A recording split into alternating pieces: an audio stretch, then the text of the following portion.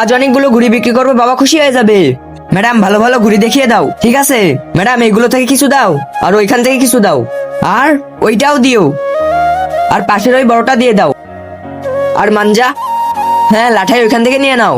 ঠিক আছে, এই হয়ে গেল আপনার সব ঘুড়ি। কত টাকার হয়েছে? আপনার হয়েছে 2000 টাকা। 2000 টাকা? ও ম্যাডাম, আমার ফোনে না চার্জ নাই, একটু ওইখান থেকে চার্জে দিয়ে দাও। হ্যাঁ ঠিক আছে। হ্যাঁ আর কি লাগবে?